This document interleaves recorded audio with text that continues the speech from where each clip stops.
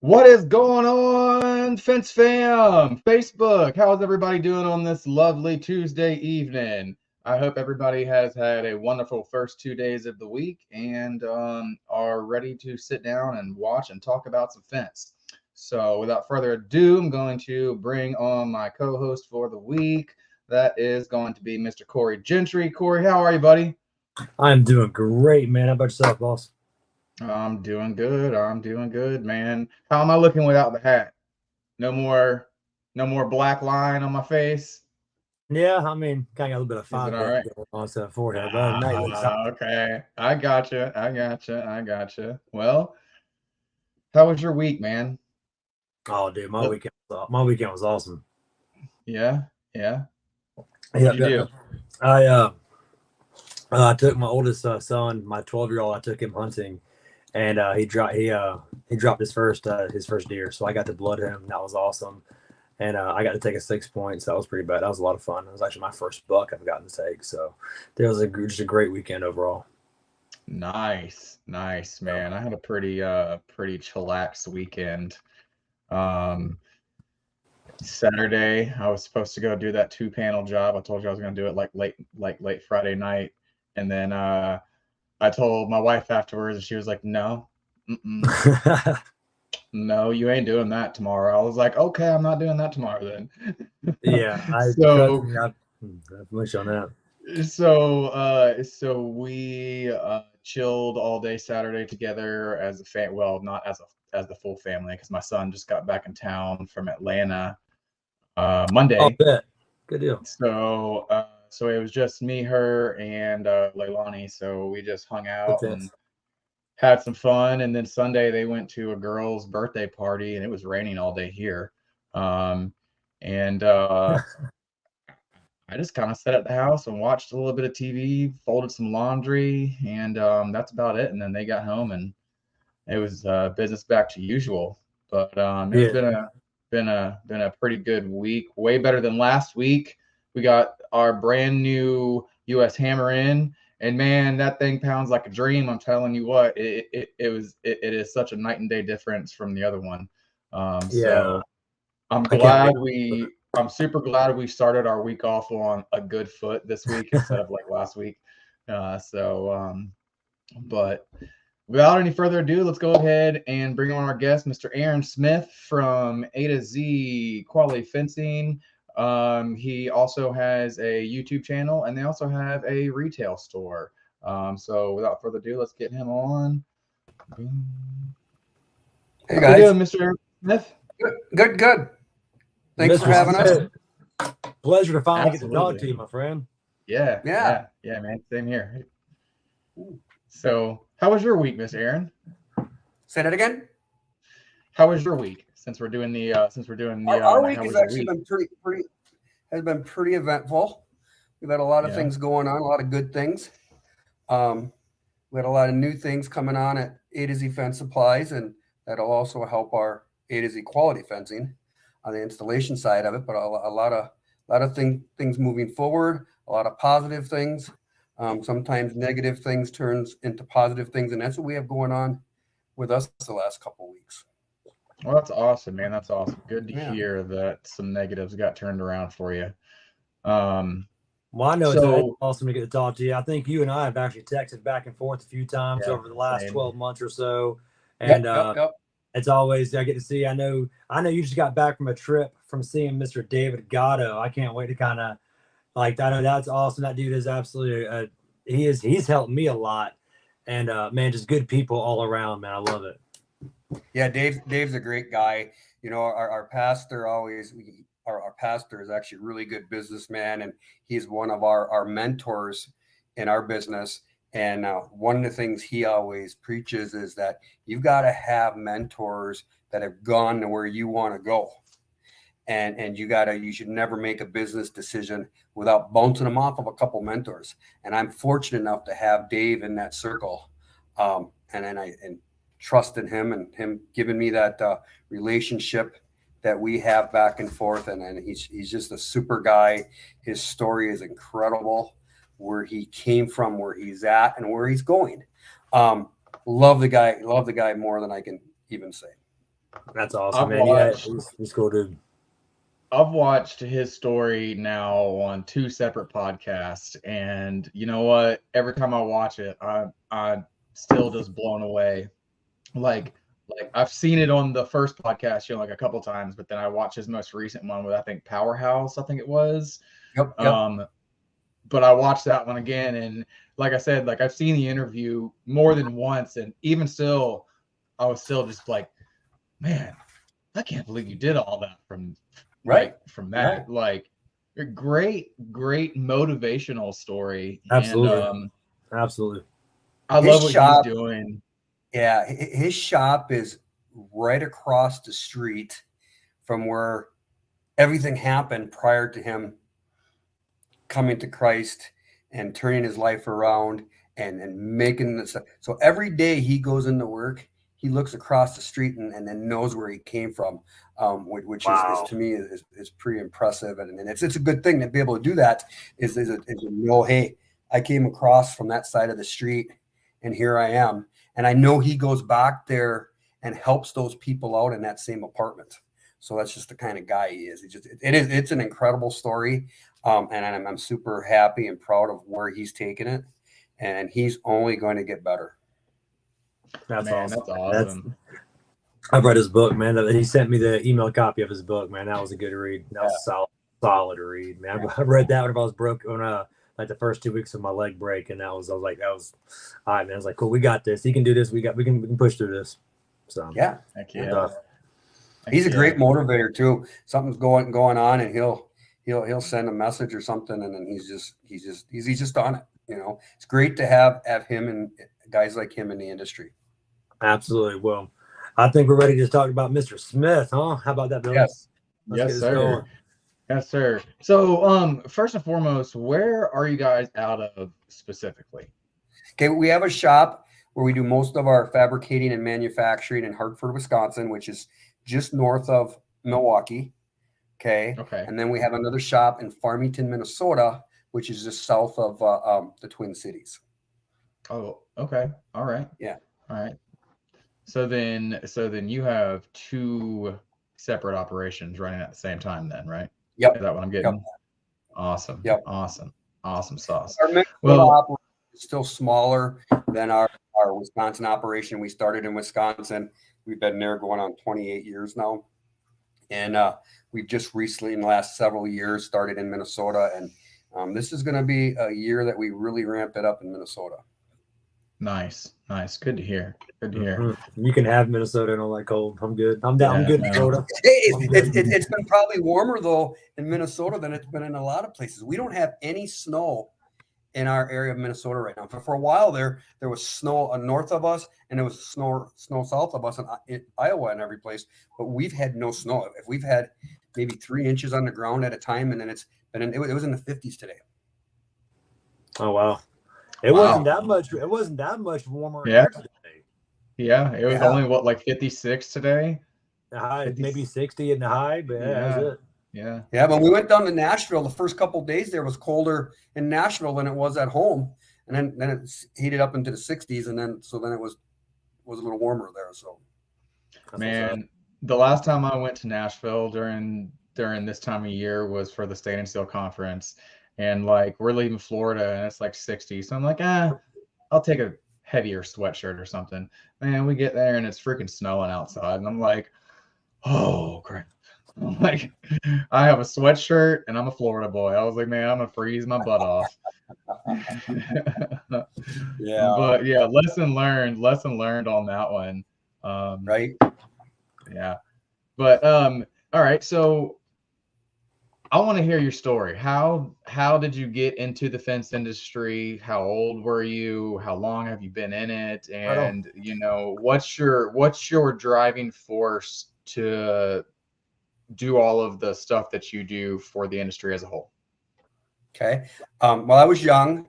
I graduated high school, spent a couple years in the service, was in the Army, and then I went to college for a couple years. I didn't graduate. I was business management in college. I was about 10 credits short and decided I didn't want to manage a McDonald's. All my buddies at that point was graduating with business to doing things like managing McDonald's and fast food and all that stuff. And I decided I didn't want to do it. I had an uncle who was the president of the union in Illinois for the carpenters. Him and I talked about it. And he says, why don't you take a carpenter's apprenticeship? And I said, well, I've never did anything like that.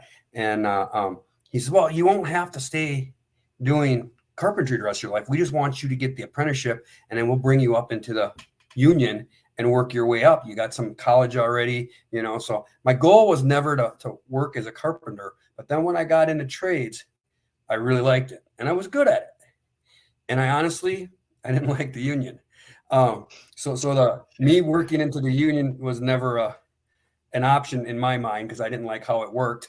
And I ended up, through my apprenticeship, being an assistant superintendent for a large construction company for a while. And then the fencing almost got laid in my lap, if you would say. And I think we got a really unique story for the fact that not only did I start the fencing company at that time, but I actually met my wife, who is the best partner I could have in the fencing industry. Okay. So I was at a Menards one day buying some material to build a deck. And this guy in front of me was buying materials also. And he looked at me and he said, hey, can you build a deck? I said, yeah, I do that. I can do that kind of stuff. He said, I got a plan. You want to come look at it? So we went out to his truck. We looked at this plan, and he was clearly over his head. He actually was a painter trying to build a deck, is what he was. Right. And he was clearly over his head. And so he says, you want to come out and look at it? I said, yep. So I go out there, and they got this plan, which was really backwards to begin with. You walk off your deck, and it was about 6 feet wide. You're going to step down to another step, was another 6 feet wide, and then you went down, and then you were at a pool. I'm like, this is dumb. And why are you so? You got no real room on that deck, by the way. It's fine. So the homeowner, he introduced me to the homeowner, and her and I were talking about, you know, how we could change this deck to make it more usable. And right. And I said, yeah, we'll take a look at it. And so I told the guy I would take the job, and we'd figure out. I walked to my truck, and he got in his truck and left. And she followed me out to the truck, and she says, this guy doesn't know what he's doing. Would you take the job? And I says, well, that's all on you. I says, I'm going to do the job either way. I says, with or without him. And so the next thing I know, he was gone. And so we redesigned the deck. And so we started this deck around this pool, and we did the footings. I dug the footings, called the inspector. Inspector came out and says, your footings are great, except one thing. You need a fence around the pool. Okay. And so this was a vinyl fence, a vinyl deck we were actually building. So I called the company. It was All City Fencing at the time. They're now Modern Fence Technologies. And said, hey, you know, I'm buying the vinyl decking from you. What can you do for a fence? And Jim Royton out there says, well, we can sell you the materials, but we're about 12 weeks out before you get to it. And I got holes in the ground for a footing. Okay. And so he says, why don't we'll sell you the materials.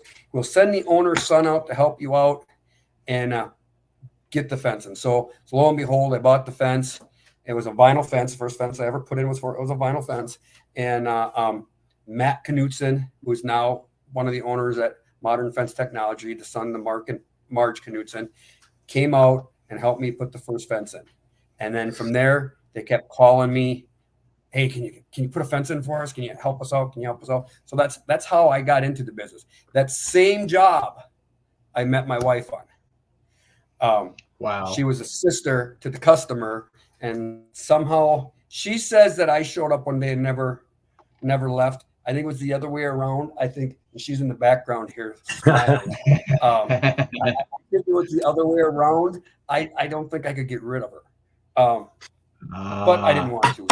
Okay. Well, anyways, so she actually came out on a job. I remember the first job she went out with me on, and I was building a small little deck. It wasn't even a deck. It was a stoop with some rails and stuff on it.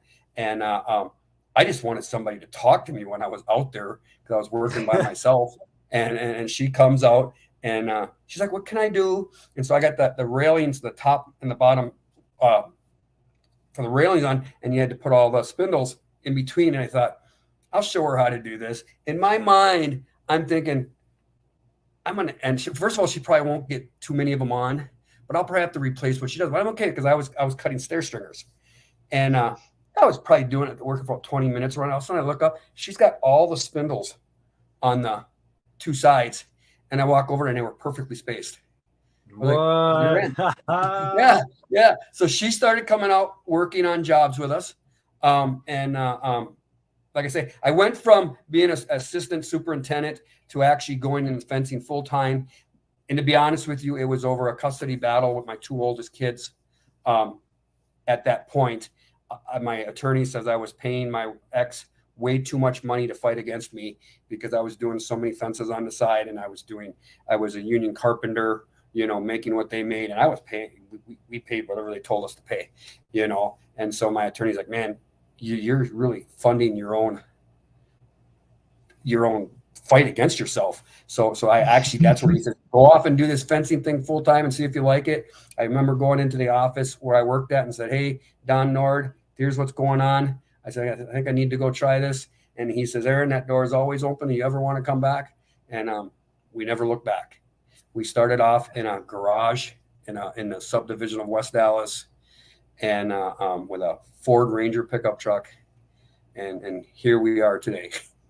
That's amazing. Awesome. That story in itself is just, man, that's just inspirational, man. That was really cool. Very much so. Very much so. And it's really neat because I've watched you guys' YouTube videos. I think y'all are the longest that I've watched whenever I was putting myself through YouTube University before I got involved in like all the Facebook groups and everything. Right. And so like I always kept seeing your wife, and I was like, man, she can build fence. She can build fence too. Like, it was so that's awesome that you met her on your first fence job, and it's been like that since then. We wouldn't be here where we're at without her. She number one, she'll work 24/7 if you let her. I gotta reel her back in sometimes and say, no, you can't do that. One of the biggest. It's the other way around on that one. Yeah, one of the biggest discussions we have in our office is how do we get Renee's hands off of that? Because she's always wanting to fix. She's always wanting to, But without her, we wouldn't be where we're at. Right. Right. How long have you been married now? Say that again. How long have y'all been married now? 25. Put you on the spot now. 22. She says 22, but Anya's 25. We got married in 2002. Okay, I'm going with 22 because that's what she says. That's awesome, man. Congrats, man. 22 That's years. awesome. That's awesome. Yeah. On that one. But along the way, we've had some pretty good mentors. I always go back to Mark and Marge Knutson from Modern Fence. They helped me out from day one. I tell you, I'm pretty sure I bought my first beaver from them probably back right around 1996 for $125. Wow, I wish they were $125 now. Yep.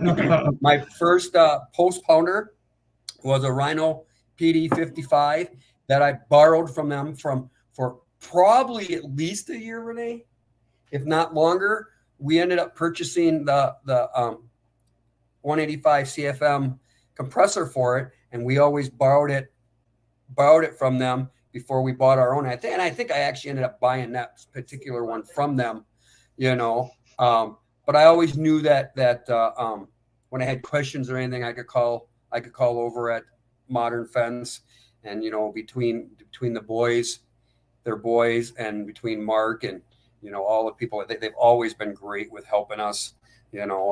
Mark is the first one to call me if he thinks I'm doing something that I shouldn't be. Even to this day, Mark will give me a call and say, "Hey, what's going on here?" And we'll have that discussion. And he is one of, when I said talking about having those mentors in your circle, he is one of the mentors in my circle, along with like Dave Gatto. And when I have things, these are the people I call and say, "Hey, what do you think about this?" And they'll always give me a good, honest answer.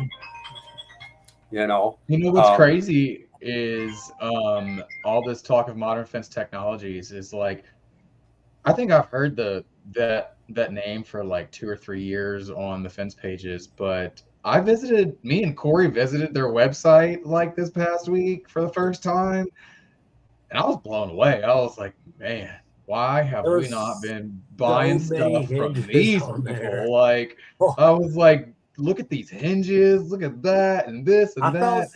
felt so dumb. I got on there and had to ask them because all that so many just variety of sizes, but there wasn't like weight load ratings or nothing like that on there. So I'm like, well, which ones are for which? I felt dumb. I had to call them. I'm like, hey, what? Right. Standard residential wood like metal frame gates. Like which ones? Which model number? Which one? Right. Yeah. Yeah. We use almost exclusively their hinges. What I love about them is every single one of them are adjustable. Yeah. Okay. That's If awesome. you see if you see their big wood hinge that's about 12 inches long. I saw the adjustable strap hinges. I saw those. I did. Yes, sir. Yeah, that's what we use on all of our wood gates. And it's Okay. just, it's a selling feature that I sell to our customers, and our salespeople sell to our customers, is that, we live in Wisconsin and Minnesota. I don't care who puts your fence in. I don't care what kind of fence it is. You're going to get some movement at that gate, no matter what you do. The cold temperature coming in and out alone will create that. So these are why these hinges are so great, is we got a quick fix. When your gate moves a little bit, boom, boom, boom, we got it right back on track. Absolutely, yeah. That's we're gonna fix and swap over to those. Since we get done with these jobs that are already sold, those looked really, really cool. I'm glad you said that about the longer strap ones, because just like down here in Florida, we have, especially in the summertime, heat 2 o'clock in the afternoon every day. Yeah, it's swelling, and yep. It every day just bakes it, and man, wood bows so fast here. I mean, yes. For instance, that one job that was down the street from the old shop that we had finished like 2 months prior, and we go back and there's like 6 posts just boomeranged backwards. Like 2 months. 2 months, right. So it's that was actually when we started going to all metal gate posts as well too. Is like after we it was in our contract. Hey, we're not responsible for what wood does after it's in the ground. After it dries out, there's no way you can be.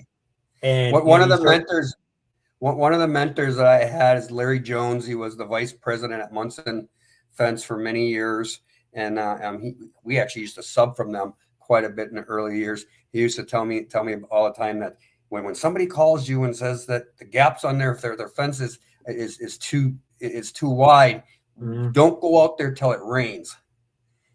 Because when it rains, it soaks it all up, and you'll go out there and like, what are you talking about? This is the way it should be. Right. That's pretty clever. I like that one. I like that. Well, it's the same thing here. It's like I just had a conversation. I'm sorry. Go ahead, Billy. No, go ahead. I had the same conversation with a customer earlier today. I was like, hey, like I said, we're transferring over. Yep, you good? I'm hearing about half of what he's saying right now. Oh, Corey, are you lagging? I am solid on signal right now. Can y'all hear me? You're good now. You're good now. Okay, it may have just been a lag. Then I apologize. I'm not hardwired in yet. I don't have the setup like you. But no, we're wanting we're going to start using those adjustable hinges. That's on the forefront. We're on our next orders, because I had a conversation with a guy today with our client that we finished up on. I was like, hey, if for any reason, like after a big rainstorm, if your gate because the damn drop latches only give you so much of a window of a room for air. I was like, man, after a heavy rain, if your gate's a little stiff to open, give it a couple days. You know what I mean? Because most likely probably just absorbed 100 pounds of freaking water, and you know what I mean. It's going to move. It's going to move. Right. So. I'm with you on that. I agree. That's a very solid selling feature. Yep. Yeah, we have them. We use them on our aluminum, on our vinyl, on our wood. Even a lot of our dumpster enclosures, they got a really nice, like if you're going with a 6 5/8 gate post on dumpster enclosure, they have a really nice hinge for that. And it's adjustable too, so that you can adjust those dumpster hinges. That's awesome. Yeah. So, what yearish time frame did you stop digging holes and start pounding poles? Well, we actually started pounding from day one in 1996, but only our chain link. Okay. And I guess that was something that the Knutsons taught me how to do. And we did it chain link that way. I never really questioned it, never really thought about it. Coming from the construction side of it, we built big buildings with a lot of concrete. I would call myself a concrete head at that time. So it was a hard sell to me to just turn over into pounding. And pretty much from day one, Mark, as well as Ray Stotts from Qualline Fence, always told me, Aaron, why aren't you pounding? Are you still setting in concrete? I mean, yeah, Ray, I'm still setting in concrete. He'd give me 100 reasons why I shouldn't be. One of them being that, as soon as you put that pallet of concrete on the back of that truck, your guys need a CDL. And then he's like, all that concrete dust all over those tools, you're wearing out tools faster than you need to be. And he had 101 good reasons. My thick head didn't listen for a long time till probably about, I'm trying to think what year it would have been. We started in 1996, probably about 2008, 2010. What happened, I think, actually happened was Mark Knutson and them from Modern Fence was making the original donuts in 1985. But we never used them until we had a retaining wall job where we had to core through, and we put them on there. And Mark's like, or it was Mark, it was actually Jim Royton at the time, said, hey, why don't you use these donuts? And so we tried these donuts out, and we're like, why are we using this all the time? So we started doing vinyl right about that time. I'm going to say about 2008, 2010. We started pounding vinyl. Shortly after that, I had another contractor who wanted us to put a 3-rail fence around a condominium complex. And we actually put part of it up the fall, and we were going to do the rest of it in the spring. And the plows took down snapped a lot of the posts off. And we used wood posts at the time, and set in concrete. And so this GM on the job says, hey, why can't we use galvanized posts and sleeve it? And I'm like, how are we going to sleeve it? Short of making a box. And we did try making boxes. Actually, we did try on that same job. We tried making boxes, and they just weren't going to last. Okay. And our temperature, they expand, they contract. There's only one good way to make a box, and I'll explain that in a second. So this GM says to me, he says, if you give me the posts, he says, I will drill them out, and we'll pound a galvanized post into the ground, and we'll sleeve it over. And I'm like, okay, I know what that's going to take. You're never going to get this done, but here's the post. And lo and behold, him and his son drilled all those posts out in their garage with a 3/4 horse auger bit and a motor and auger bit. And it took them more than a week. I think it took like 2 weeks to do it. And it worked perfectly.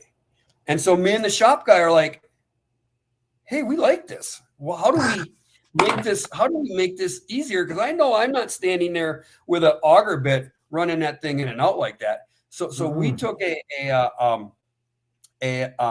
log splitter, took the cutter off of it, mounted the 3/4 horse motor to it, 24-inch auger bit, made a cage to put the post in that you could clamp the post down, and we take that auger bit in and out, in and out. It would take 9 to 10 minutes to drill one hole. Okay. So if you got a 200-foot job and you need 28 posts, that was an all-day job for one guy to do. And you could not control that bit to make it go straight every time. So guys are out on the job, turning posts this way, bending them a little bit that way, doing everything they can to keep them straight. I think we did that for like 7 years, and we made it work. And then in my mind, I'm like, we got to make this process better. So we contacted a machine shop. I sent them a video of what we were doing, told them what we were looking for. They came from Michigan out by us and actually took some more video and talked about it. And in 6 months, and I asked them, I said in this process, I said, if you can do this, how fast do you think you can make that bit go in and out? He said, I think from start to finish, I think we'll be under a minute. And I said, there's no way. I said, we've looked at this. I said, we've looked at this from every angle. We've done everything. I said, there's no way. I said, if you can get it down to 5 minutes, I'll be happy as heck. Okay. About 6 months later, he gives me a call and he says, Aaron, I got it. He says, bring me a truckload of your lumber. Let's try this thing out. So we loaded up a flatbed full of lumber, drove down around the lake over to Grand Rapids, Michigan is about where they were, and parked in there. And the very first post we put in there, 37 seconds. What? From like, 90 no minutes to 37 way. seconds. Yeah, and it was perfectly straight, perfectly centered, the same every single time. So obviously, we bought the machine, and we have the machine now, and that's how we got doing the wood. The aluminum That was came one of shortly the first videos that I watched of you guys's. Yeah, I think same too. That was what I'm saying. Was Yeah. was one of Did your you- like older ones, and I was so intrigued by that because at that point I like that was the first that I had ever seen anything about driven anything. Like I didn't even know what a pounder looked like. I couldn't even like told you what a pounder looked like at that point. Right. So Right. I was so intrigued whenever I saw that the first time, and I was like, man, they are just augering a hole out and sleeving it. I was like, that's awesome. Yeah. So that is a really cool process, and to know that it went from like 9 to 10 minutes to under a minute that's insane. That is really moving. I mean, you could almost do a truckload in 2 days at that point. Like, easily. And I actually have some contractors are inquiring about getting large quantities like truckloads. So we may be doing that. But it's so easy to use. Is you drop the post in there and you hit a button, the air clamps click in, and that thing runs by itself. So they literally our shop is set up that we most of our post gets a dog ear top on it and a route around it. Okay. So the same guy drills the post that's doing the tops on the post because he's cut the tops on the post while the machine is running the drill. The drill gets done. He finishes up what he's doing there, goes over, pulls it off, puts it on a pile, brings the next one over. And it's a pretty good system that one guy can do all of that in a lot less time than we used to just drill one hole. Right. Right. That's awesome. Man, that is That's awesome. So it basically sounds like some sort of vinyl CNC machine or like vinyl like router or like whatever they are. That's what I would compare it to. I can see it in my head. Sorry, it's like a a horizontal drill press on steroids. Yeah. It sounds like it's almost like one of the like a lathe where like it clamps it down. Yeah, it is. When that's there we go. There we go. That is a very good description. Was with a lathe. Yeah, we looked at trying to do it with a lathe, and I just couldn't find anything that would go that deep. Right. Well, let me ask you this. So that's how far deep into those posts do you have to go? For instance, like 24 inches. Sir? 24. Oh, so you're going 1/3. Yep. So you're going 1/3 the height of the post. No kidding. So what size? So I'm assuming you guys are using 2.5 inch schedule 40s, and then on the 4x4s we use a 2 inch. On the 5x5s and 4x6s we use a 2.5, 2 3/8. Nice. Chance Troy, yeah, that's exactly what he's talking about. Is augering out the center of a 4x, driving a metal galvanized post like what you kind of see in the background photo there, and then leaving a augering out a 4x4 post, leaving it over. How do you attach it to that point? Do you use like self-tapping screws? We use a 3-inch tech screw, self-tapping screw that goes through the post into the galvanized. You'll put two of them in, one on each corner. That's pretty smooth, and I like that because you can always sell it. What's cool about that is you can sell that in HOAs. Oh, absolutely! Like an you're HOA, extending the life. You're extending the life of the fence. You're doing a quicker, cleaner install. Yeah, customers love it. Yeah, I've had engineers think that's just ingenious. I'm like, well, I don't. It wasn't. Well, and again, it wasn't really me that thought of it. It was a general contractor that didn't like that the snowplow was blowing through his posts. Well, hey man, he had a good idea. He had a real good idea, It because did.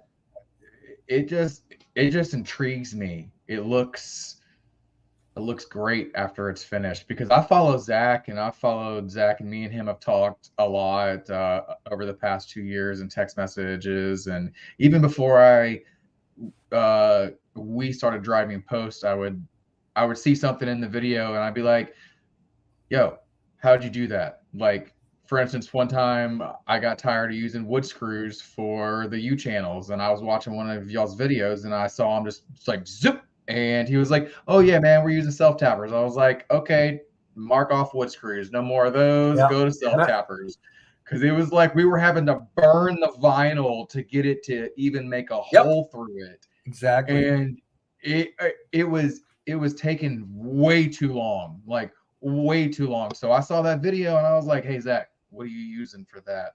And we've been talking ever since. I mean, not like every single day, but it was a pretty cool thing to be able to use. Cool little tips and tricks, and uh, that's what I'm here for. So I mean, that's awesome. Yeah, that's what we're here for too, is give some tips, tricks, and whatever, some advice that we've learned that we've learned probably the hard way. It's like I try to set. I got 3 kids coming into the business now, and my whole goal is to have it set up so they don't have to make the mistakes that we made when we went through it. And so far, I think we're doing a fairly decent job of that. Awesome. Right. All right, so I got two things. So one, Chance Roy is want to know what are the downfalls of what are the cons, if there are any cons, of this system, and also 24 inches up. How far deep are you guys having to put those posts there? Because I know the galvanized post. Mm-hmm. Yeah, the galvanized post we actually pound into the ground 5 feet for a 6-foot fence. Now I will tell you right now. Yeah, I'll tell you right now that's overkill. Yeah. The reason we started doing it is because we were the first ones in the area doing it. Everybody else was putting it in concrete. We had to have something that stuck out to the customer that, oh my God, that's pretty significant. And when you tell a customer that we're pounding that in the ground 5 feet, they're like, oh my God. And then my next thing is, where's it going to go? They're like, nowhere. We took the excuse or the reasoning out of it that you need concrete by going extra deep. And obviously, when we started doing that, pipe was a lot cheaper than it is now. But even now, I had a discussion with somebody from Florida today about it. Is that even today, the cost of pipe is a lot more than it was. But that 1 foot extra we're going into the ground is worth it to me to assure that customer that what we're doing is going to work. So it's all to overcome the customer's concerns and worries or whatever. And then, like I say, when they see that it's 5 feet in the ground, they're like, oh my God, where can it go? Right. That's what I loved about the vinyl fences, with the no dig vinyl, with pounding those in there, is that you're putting if you use an 8-foot post, you're still going 5 down, 3 up, and that's still half the distance of that vinyl post. Like that. Yeah. If you do it right, and we actually use 9s. We actually use 9-footers. Go 5 down, 4 up. But honestly, there's nothing wrong with going 4 and 4. There's really nothing wrong depending on where you're at. Now, by us, we have a 48-inch frost line, so I want everything to be 4. But like down by you guys in Florida, short of hurricanes, you probably could go 3, 3.5 and be fine. Well, we can't. Where we're at in Florida, we have such a sandy clay. We have found through, I'd say, the last 10 months, Billy, of driving post. You know what I mean? On a consistently daily basis.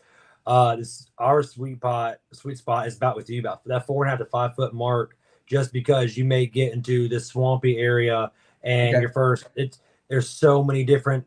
We have so many different landscapes in our section of Florida. You can go to this side of the county and have some damn Alabama red clay that you're not gonna do. I'm sorry, you're gonna kill your shoulders. And then you can clay, have clay is actually perfect for pounding. Sorry, clay is perfect for pounding. That's mainly what we have around by us. we have a lot of clay by us, and I love pounding in clay because those things are going to go nowhere. I don't Oh like yeah, it. no, that's my favorite. But like he was saying, like even in some of the same neighborhoods, you can go from the back of the neighborhood to the front of the neighborhood, and you can encounter like different soil types. So it's not all sand like we all envision it. We always joke about it. No. Is Florida really fencing? Because we watch the Yeah, videos, yeah. we watch these guys with post hole diggers digging down 3 feet into sand and like that. We're like, is that really fencing?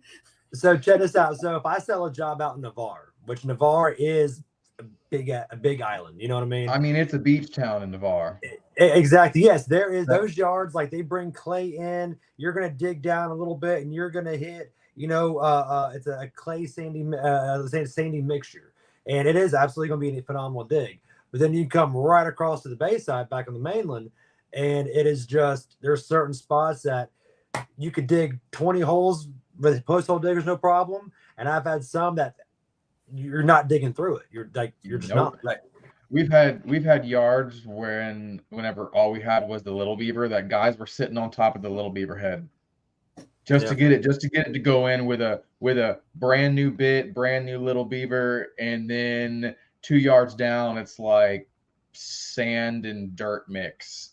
And so unfortunately what we have found, like Corey said, is like 5 foot is our 4.5, spot 5. That's pretty much on Now anything. I see Chris Steele kind of mentioned about being able to pull out at about 4 feet deep. Have you guys ever tried the taproot system that Qualine Fence is? It's actually their piece that they designed. What it is, it's a piece that clamps around. You dig down about 4, 5, 6 inches in the ground there so that you bury it, but it has 2 receivers that will take like 1.5 or even 2 inch, depending on the size you buy. And you'll literally drive them down. You'll clamp it onto your post after it's driven in, and then you'll drive it 2 different directions in there. And you can just use scrap pipe doing that. When we use them, we use just any scrap out of the yard, and you 3 or 4 feet, you drive them down in 2 opposite directions. Would that help that situation? That would probably absolutely help that situation, especially when you're trying to drive gate post. Absolutely. Yes, and that's what I was going to say. That's what I was going to say. Yeah, I seen that in a schematic, not schematic, like a blueprint of a spec sheet that we had to beat to on a bid one time, and I was always wondering how they did that. Now this is all drip before we started learning the driven system. And now that you say that, damn, that makes so much perfect sense. It absolutely does. I was on a job with Qualine one time several years ago, and I know that they've posted the picture of that fence a couple different times on some pages. The fence was 30 feet tall. Okay. They were up in a lift with 30 feet tall. And they were up in a lift with the Rhino hydraulic pounder. I think it was hydraulic pounder, pounding 4-inch, I believe it was 4-inch Schedule 40 pipe in the ground. I think they went about 8 feet in the ground, to be honest with you, but they welded on, instead of having the bracket, they welded on receivers onto the post so that when it got down to the ground, and then they took 2-inch Schedule 40 and pounded it in 2 different directions. And that fence was as solid as you could be. Wow. That's so wild. if they can do it on a 30-foot tall fence, we can do it on our 6-foot tall fences. I would imagine, like you said, scrap metal, rebar, or something like that you can drive and connect through just an opposing angle, just push pull. Like that's so we did something like that. So we would try to go, like you always say, try to go that extra step. And we've been at this for about 5 years now, Billy. We haven't been around the game since 1996. I mean, I was in elementary school in '96. I'm sorry, sir. Yep, same, buddy. But that is really neat. We used to do that with 6x6s because we found that they would still want to pull over even if we're doing 6x6x10s. There's movement. So like, what we're gonna do is just scrap rebar laying around. We're gonna take an auger bit and just put a couple of them through it real quick. It takes just a few moments to go through a 6. You know what I mean? And we bought a Diablo auger bit and just right through it, right out, threw some rebar in and coming in out of it, and that was it. And those we never got a call back on those gates that we did. But that was back in the concrete, and let's put 600 pounds of concrete on it. Ain't Right, never gonna fail, dude. Yeah. I don't wanna do Yeah, that no those more. brackets aren't, and we buy them right from Qualine, because I could barely produce them for what they sell them to me for, so we buy big buckets full of them whenever we use them, and then we just use them when we need them. Yeah. I want to see. I don't know the price in front of me, to be honest with you. They're under $5 a piece though. Wow, that is way extremely worth it. affordable. And I then was if you're thinking, using like, you're using scrap pipe. You're tearing out chain link fences. Save your pipe. There you go. man. All right, well, so I know we're getting close at 8 o'clock. We're getting closer on time. Billy, I know one thing you and I talked about earlier today about we want to ask him was your driving machine, your pounding machine, like your Frankenstein. I am very interested in this. Like I want, like if that's all we talk about for the rest of this show, I'm here for it, man. I want to know all about it. Yeah, but we looked around and realized that number one, we designed this for the small guy. Okay. We looked around and said, how can we make this process easier? Everybody's using gas pounders on everything, and the gas pounders are fine. We still use them. Okay. They all have their issues. Okay. We use a lot of sky drills, also the hydraulics, and it's like those things are pretty every day. You can use them. There's very few things that's going to go wrong with them, and it's a much heavier pound. Okay. So, but who wants to lift up a 67-pound pounder all day? If you watch video of my son does that all the time, and he's such a meathead, that I tell him, you don't want to do that the rest of your life. You're gonna feel it. You're gonna hate it. And then we think we finally got him understanding that. But anyways, so we looked at this and said, what can we do to make a machine where we can make this a one-man operation, not have to lift that thing up and down, and I spent probably 3 years in my mind going through different scenarios of what we were going to do. I looked at this piece of equipment and that piece of equipment, and then one day I saw this crawler, and I'm like, man, I think if we put a crane on it, and then we could lift that pounder up and down, you could put the pipe in the back of that crawler, and you don't have to lay out pipe now. You just drive it out there, pull it out, and so that's where it started. And then as we got into it more, and I found a place where I could get them at a decent price that we could modify them and make them work to what we needed. And so we added hydraulics to it. We then decided that, hey, we're going to want a charging station so they can charge their batteries on there for their tools. And I wasn't sure at the time if we were going to be able to make it powerful enough to run like a SDS Max cord drill off of it. Okay. So we ordered the biggest converter we could get. We got the oversized battery we threw in it, and we hooked that bad boy up, and we ran the SDS Max hammer drill on it, and it worked. So I'm like, there's another feature that there we go. Okay. We have the crane going down initially on a corded remote. Like a corded winch? Yep. We did a showing of it in Iowa, and one of the things that the guys really wanted to purchase one, and they did. And they said, what we'd really like to have on it is a remote control one. So I went out and found a remote control one. We're adding remote control so that it's just going to hang on you, and you can just walk around the machine or whatever, and not have to be reaching for buttons and this and that. And then cool. The other thing that after we did the first version of it, the crawler just had a dump bucket on it. Okay. Afterwards, I found one that actually lifts up. Okay.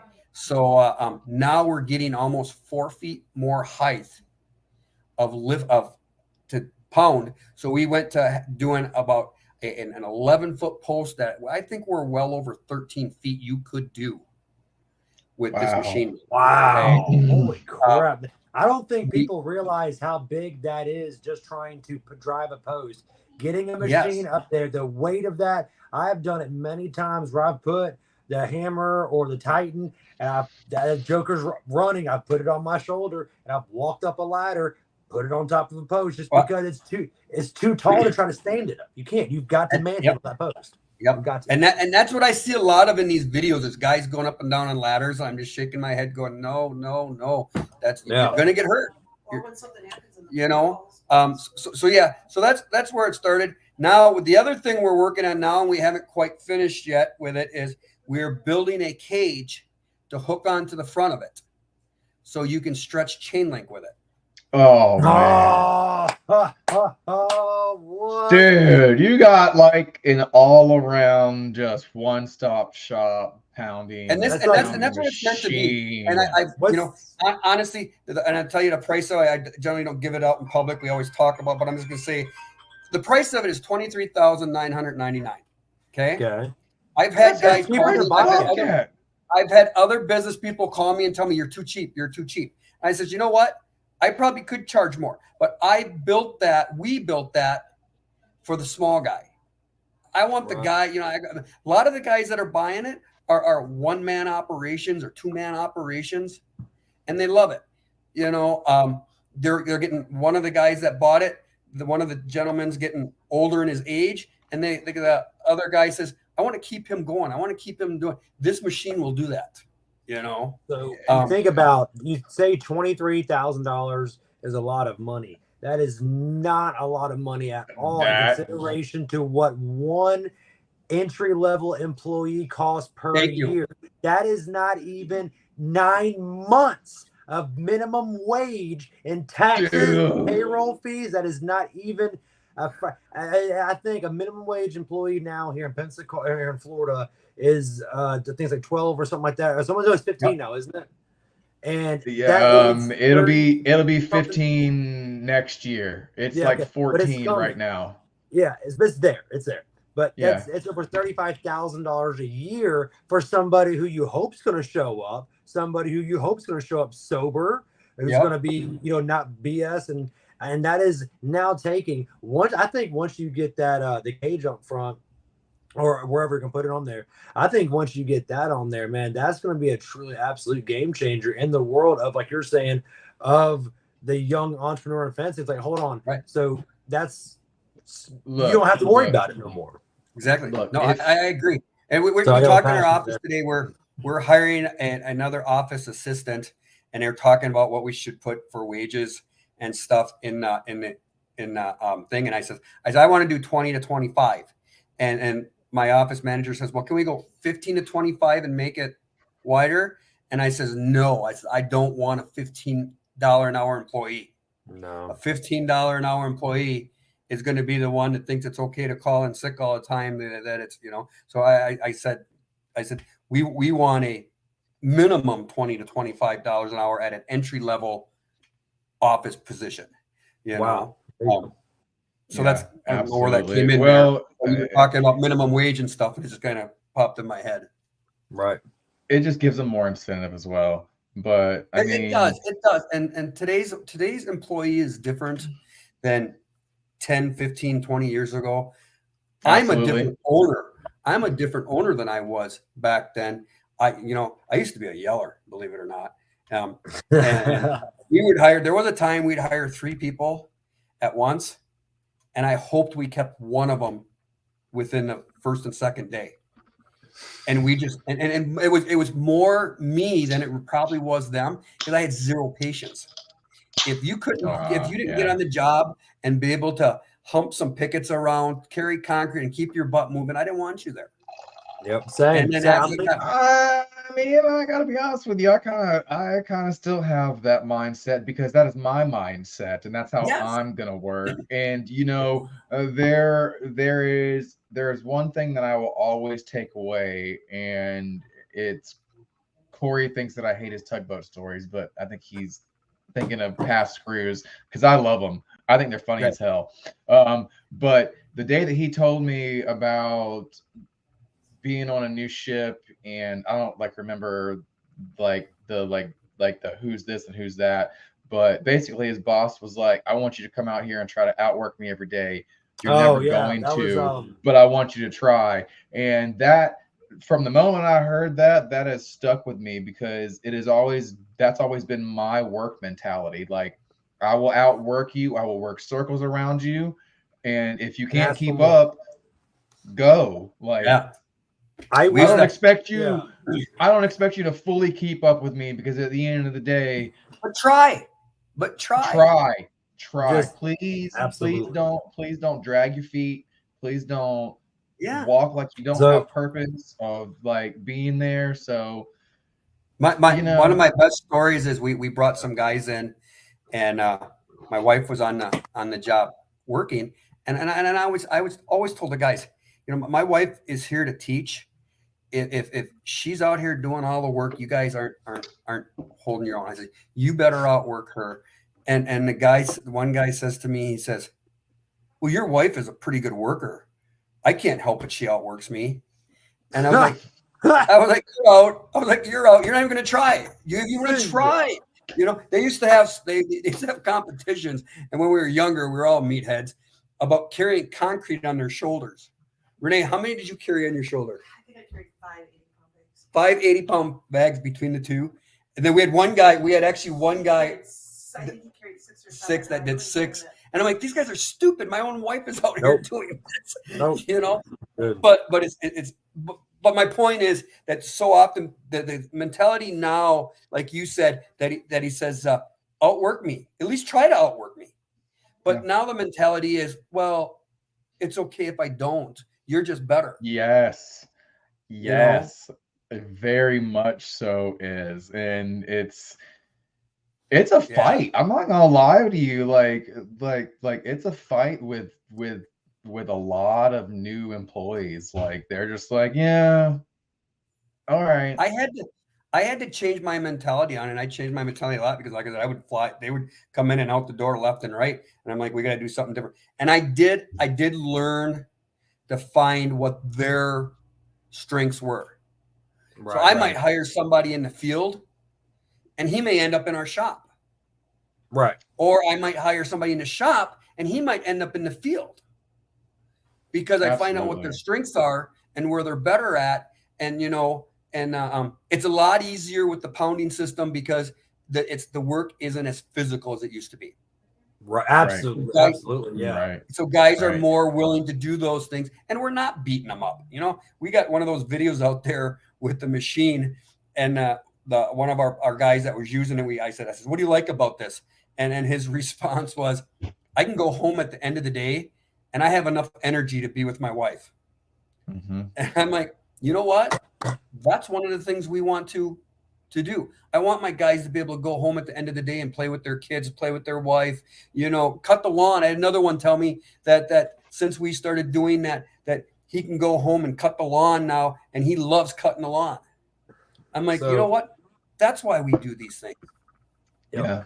We Billy and I'll tell you what, now I didn't put the post in the ground yesterday, but it's all about learning. And you know, even like you're saying with them, the driven system is easy to learn. And I mean, fencing is not rocket science. I mean, hell, Billy and I both started out in YouTube University just with the will and the drive to teach ourselves, you know. Right. And I tell you what, whenever you find a good way and you learn the way, you perfect the way, it becomes Billy. I will tell you right now, I have a broken leg, and Billy and I today, I did not put the post in the ground yesterday, but we hung 200 and some odd foot of rails and pickets and hung a gate. I want to say it was 20 some odd panels that we got done. The only thing we got to do is go and finish the double gate tomorrow. And we also sighted in 3 lines as well. So that would be me pounding them down by hand with a sledgehammer. So, you know, so that was what, a 210, 220 foot fence? Somewhere around there. And it was, you know, but what I'm getting at is once you find a way to do it, even me with a broken leg, I'm only 8 weeks post-surgery or 7 weeks post-surgery. Right. When you know of a way to do it, you can make it easy. Yeah. Absolutely can. Absolutely can. And you know, work smart, not hard. Yeah, absolutely. And we made some good time with your little gimp self today. I was very impressed. Because I was like thinking in the back of my head, I was like, yeah, we're gonna get this done. And then I was like, no, we're not. No, we're not. But then I remembered, I was like, I don't have like 100% Corey with me, so we're not gonna get this done. And I was like, it's cool because I'm proud of what got done in that, one day. Right. And we were only on site yesterday I was pounding posts for 35 minutes total. Right.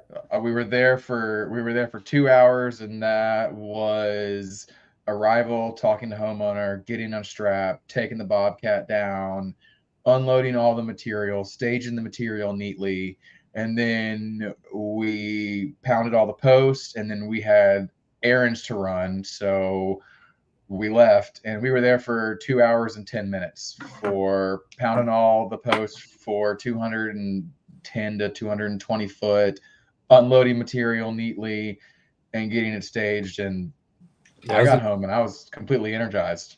Like, I wasn't tired. I mean, granted, I wasn't the one lifting up the US hammer all day, but I love the system. Yeah. Corey, it just comes with seniority. At that point, if you're learning how to drive, you're going to learn how to pick it up safely and properly, because we don't have the equipment right now to do it like that. So we have to Iwo Jima it. That's what we call it. There was a picture of Billy and I on our very first driven job. You'll get a kick out of this, and I know we're getting short on time, but our very first driven job that Billy and I did, we installed it at the wrong damn house. I didn't think we were going to let anybody know that. So glad you drove it and didn't dig it, right? Right. Oh, man, right. So check this out. This was out kind of like in the countryside of like kind of east of here, and it's all a lot of farmland out there. They're kind of separating up, right? And it was for a double mobile home, okay, right. And the lot that with the address pools had just been subdivided into 3 different lots. Right. Cool.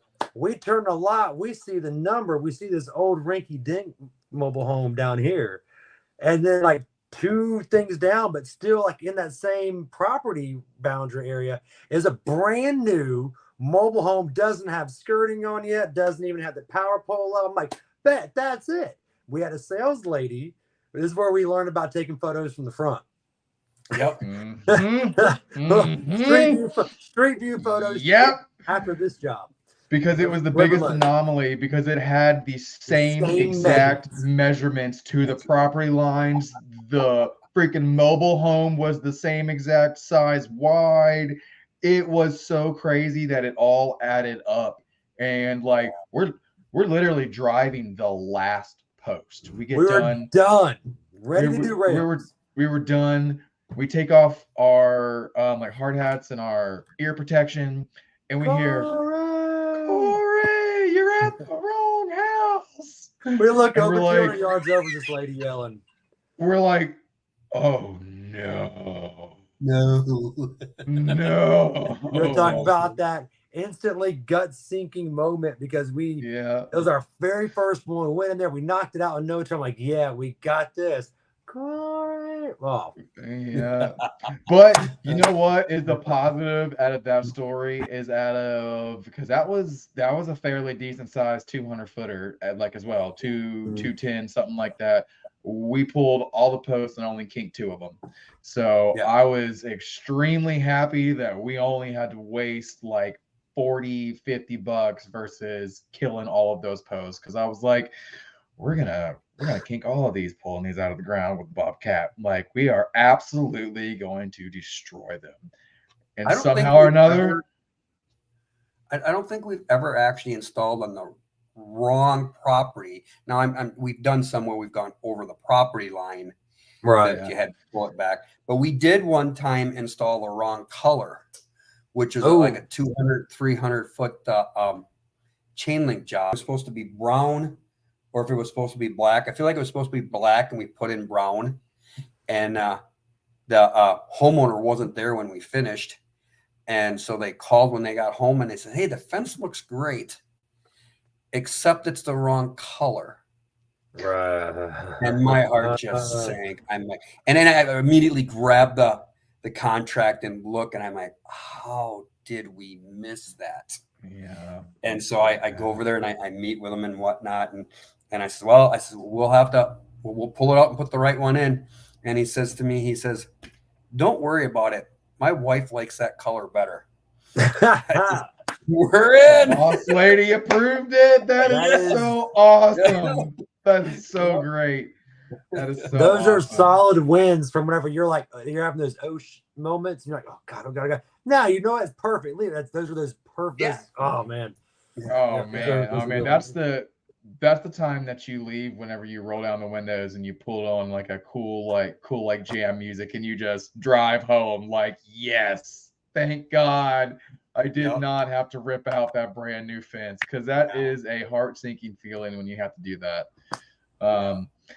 But Mr. Aaron Smith, you got anything else to add before we get out of here for the night? I don't think so. All right, so. man. Appreciate you guys having us on. I really appreciate you too. Are you going to be at the fence show in Las Vegas this upcoming September? I'm sure I will be. I'm sure. Cool. Well, I'll actually be in Florida. I'll actually be in Florida next week. What part? What part of Florida? Florida's huge. Sebring. What the hell is that? Sebring. Is that Sebring, on the somewhere East Coast? south of Orlando? I think it's like an hour south of Orlando. Oh, okay. Man, that's 8 hours. That's almost 8 hours. So away. we're we're here, and you're going to like all the way down here. Okay, so that's so like 8 hours away from us. No. You're going where all like the rich white people retire to. Yep. But it is a very nice part of Florida, though. And there's a lot of vinyl fences. You better be glad your wife is in the fence industry, because every time I go to Orlando, I am rubbernecking every fence and every cul-de-sac. Like you're driving down the highway. There's so much vinyl fence. That is my wife everywhere. Did you see that fence? I'm like, I don't even look at fences anymore. That's awesome. That's awesome. But no, I did the same thing whenever we went to Tampa last year, and I was like, dude, I haven't seen the first wood fence yet. No. Because you were driving, and I was just head was on a swivel. I was going back and forth, and I was looking at fences, and I was like, all I see is aluminum and vinyl. I was like, dude, we need to move down here. I was like, we would never have to build a wood fence again. But I'm never gonna leave my home. But do we have a minute? Yeah, absolutely, bro. Do you have? We can go as long as we want. Have you ever done now with your now this is kind of going back to the installs and stuff like that. I'm so intrigued about the augering of the 4x4s. I think Billy and I both were, because that was one of the earlier videos we've seen of you. But I know some companies up north that do a lot of the where they stick build them ahead of time, then take them out to the job site. Have you ever, in your 20 some odd years, 30 years of fencing, have you ever experimented with taking pre-built panels to a job site? I have not. Early on, I think I thought about it. Right. I feel like with our terrain and stuff, and there's guys that do a great job of that. I see some of those guys over in the Massachusetts, Maine area on the East Coast over there. They do a great job. Okay. Of it. And that's where they mainly do it at too. I feel like in our area with the landscaping and stuff, that it's as fast for me to build a fence in place to make it roll the way it should. So I'd never really delve into doing it that way. We got guys picketing 120 feet an hour. I don't think I could picket 120 feet an hour. Are those rookie numbers? What? Say that again? I said, man, those are rookie numbers. Yeah. But that's funny. But I've never done it. I've thought about it early on, because my thought was, in wintertime we could pound all these sections together and just go out and put them in. I won't say I've never installed panels. Up by us, there's a company called Machock Fence. They actually make some panels, some really nice panels that are out of northern white cedar. They're thick as hell, and there are really nice panels. There are commercial jobs. I don't know, it's been several years since we've done it, but there were commercial jobs that literally spec'd it.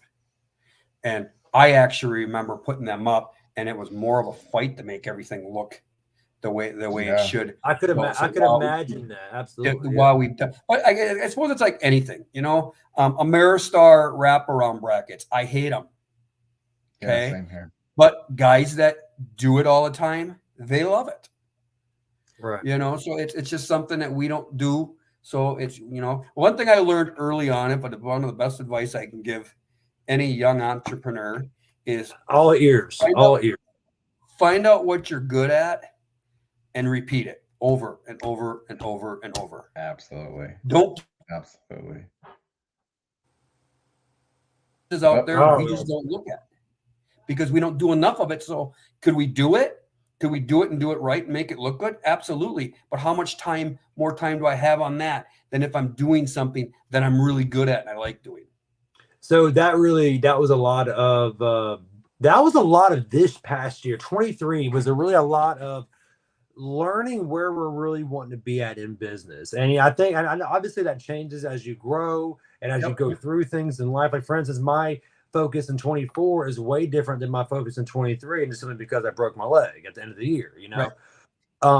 But 23 was a lot of that where Billy and I really tried a lot of different things. Absolutely. We had more freedoms. We got our first office space. We had our first office location, so we had our first little storage yard. We did fences like that right there with the basket weave. Actually, I have a reminder to call her on Monday. She wants us to extend that fence. No. I don't want No. She wants like another 100. No. Anyway. No. But that was really a lot of our year, was really trying to find like our niche, what can make us different, how can we make it better. And I think we really did a good job on that. We took best in Pensacola this year. Now that wasn't just in fencing because there's not just a fencing category, but we took best in Pensacola under a general construction. Okay. So I was like, shit, that's almost bigger than a fence. Like that's awesome. So we're going to try to do that again this year. We're hopefully get the votes for it. That was really neat. We did a lot of different advertising things this past year.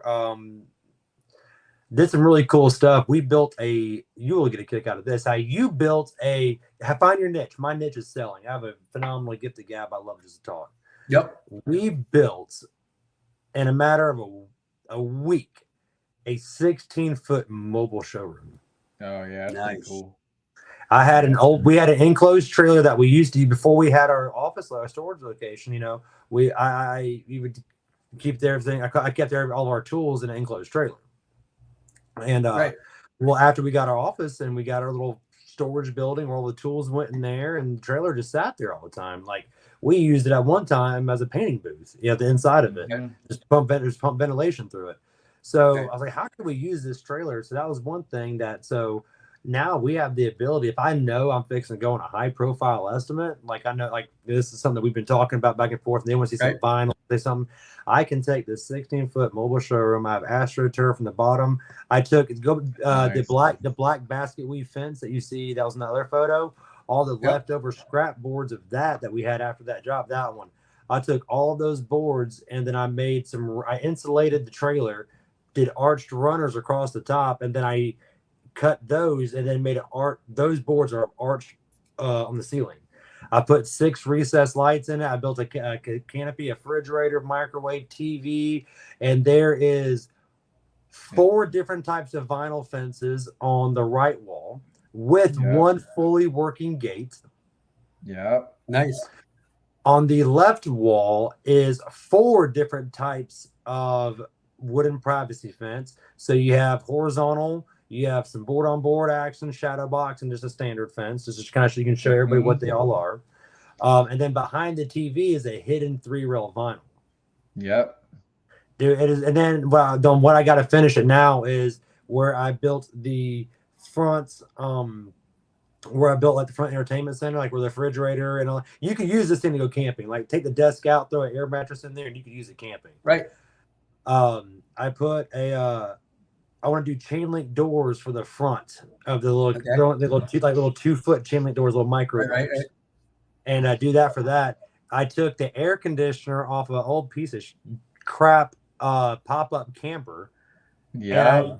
I rigged it to go on top and bolted it. And it is fully lit with power switches, electrical plugins, the nice. shadow box door in the back is a fully opening shadow box door. So I have we show a shadow box with a metal frame gate that opens. Dude, I went all out on this thing. And that's awesome. That's where I see a lot of guys when I talk to like different salespeople and whatnot. You need to get your material, you need to get your styles in your customers' hands. If they can look at it, they can feel it, they can touch it, they'll buy it. All these guys are going in there with just a brochure and saying, you want this fence? That doesn't do it. What you're doing right there is very smart, and it shows you understand that you need to get that in front of your customers so they can do more than look at a picture. We have vans. We got a van that we use, and I just got that last year, and there's a name for the van, and I can't remember what it is.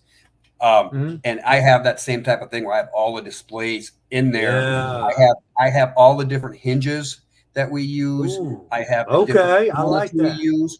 I have cut off pieces of pipe that we use and everything. And I put this stuff in their hands and say, here, this is the pipe we're pounding into the ground. Then we take this donut, we slide over it. And then recently I took a display to, actually when I went out to Oklahoma, we made a display that had the pipe all in it and everything. It's the first time we actually made a display with the pipe in it. And after using it, and I'm like, we need all of our displays like this. I want them to pick up this 2x3 vinyl walk around and see how sturdy and heavy duty it is and see them in there. And customers love that. Okay. We got a lot of guys around us that sell some cheap vinyl. Okay. When we pull that display out, let them hold on to that and look at that and say, now ask our competitors to bring you theirs. And it sells every time. That's awesome. So, what you're doing there is what you need to do. Take it all the way, man. Everything you put in your fence down to the screws. Be able to pull out. Yep, these are the screws that we put that in with. I do. I've got the lag bolts. I got lag bolts. Yeah, he does. Show them that. Yeah. Show them that they want a lot. I learned a long time ago. You could be doing something the same as somebody else, but if they're not talking about it and you are, they're going to go with you because you're explaining it to them. I hear so often from our customers that, well, you guys gave us so much more information than so-and-so over here. And it's, our blueprint is to teach them what we do, how we do, and why we do it. If we do those three things, we close most of the jobs we go to. That's awesome. What's y'all's closing rate? Actually, our closing rate is really, really high. It's about 83%. But now keep in mind this, though. Keep in mind this, okay? 83% of what we go to, okay? We're really only going to about 45% of what comes through the lead funnel, okay? But we're educating them all the way through the beginning of the funnel, all the way through. So when they decide they're going to have a consultation with us, they already know what they're going to get for the most part. So when we go out there, it's just the final steps of closing it up, because the tire kickers are all out of there at that point. Or it's not even that they're tire kickers. They may not have realized what a good quality fence costs. Well, now they have a budget. I'm now getting jobs that we quoted back in March and February of last year that they went through our funnel and it was too high for them at that. They didn't have that in their budget. They're now coming back. I had one yesterday. Hey, remember that fence you quoted me? Can you re-quote it? Yep. I got a signed contract for it today. Okay. That's awesome. So we're educating them on what we do, why we do, and how we do it. And so by the time they get there, the closing's easy at that point. Okay. But it's like 83 sounds high, and it is high, but it's not 83% of the leads coming in that we're selling. Understood. No, I'm actually. That's my 83% of the vetted leads is what you're telling me. Yeah, my wife actually just reminded me that I am 100% for the year so far. Man, get out of here. I mean, there's not much you can say back to that. I mean, I don't normally care about people the cheapo prices and stuff. I don't care. And I quoted this guy. This guy, he had a hard yard. Like I'm talking, like, but if we're in Florida, it's normally flat. But this dude had a drop off in the back of his yard. I mean, it was. You could. I would not feel comfortable taking the skid steer down it. Right. Like it, okay.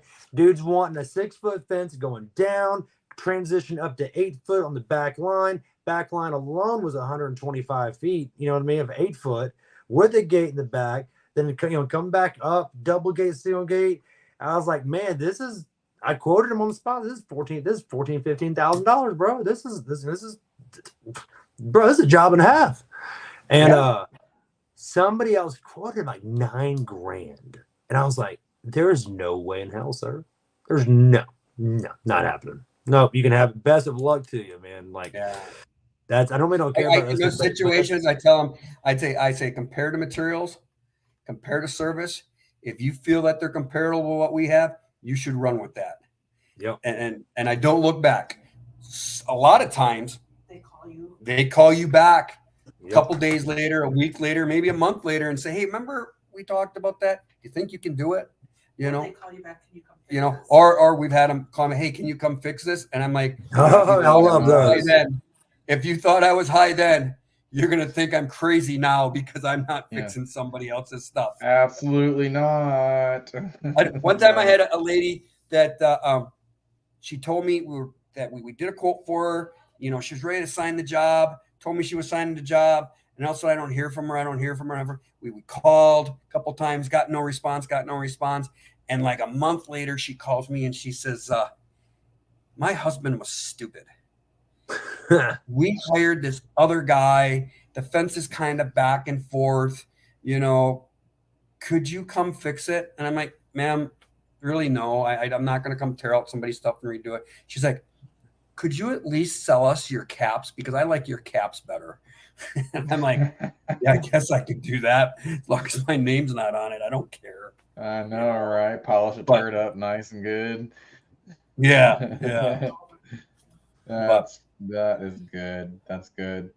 But all right, well, I am gonna cut it off tonight because it's getting late. I'm sorry. And, I'll sit and talk for hours, man. I love this. Me too. I'm with it. You good, brother. So can I. But my stomach is calling for food right now. So, bro, you need both. It is about time to eat. Mr. Smith, I very much appreciate you coming on, and I'm gonna be shooting you a message. I got a couple different questions as well to ask you. But other than that, man, thank you so much for coming on the show. You'll have a wonderful night, and I'm gonna see you at Fence Tech. All right? No, not Fence Tech. The Fence Show. Yep. Good deal, boys. God bless you guys. Have a good one, sir. Thank you so much, sir. All right. That was fun. I didn't mean to make that go so long. I'm sorry, bro.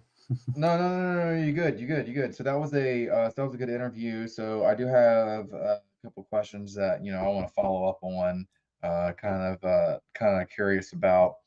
But man, $24,000 for that little. I've been sitting there thinking about that same thing, dude. That's man. I'm over here like, bro. I was thinking it was going to be like $70,000-$80,000. I guarantee you let him. You put that. You put the chain link cage on the front on that thing, and you make that a truly. Oh, dude, that's a money making. That's a one-man fencing machine, man. That is an incredible piece of machinery, and I would really love to try that piece of machinery. That'd be a cool like weekend trip or something like that. Not in the wintertime. I'm not going up there in the winter. F that. But no, me either. Summertime, they go up there and go check it out, man. That'd be cool. Right. That'd be cool. Get to do the traveling interviews too. Yeah. There we go. That'd be neat. Well, tax write-off. There we go. All right, y'all. Well, I have not done it yet tonight, but go to gatekeeperpodcast.com. You can find us anywhere that you can stream anything at. You can find us there. Apple Podcast, Amazon, Google, Facebook, YouTube, all of that. There's also links to the merch store in there. You can get beer mugs, you can get stickers, you can get shirts, hats, hoodies, all of that stuff. All that helps the podcast. and it helps it keep on running so that way you can keep on watching. And other than that, man, y'all have a wonderful night. We are out of here, and we will see y'all next Tuesday at 7:15 p.m. Central. Go ahead and click the follow, click the subscribe button, like, follow, share, subscribe, all of that. All of that does wonders for everything, guys. Thank y'all for watching, and y'all have a wonderful night. We are out of here. Good night. Have a good one, guys. Thank you.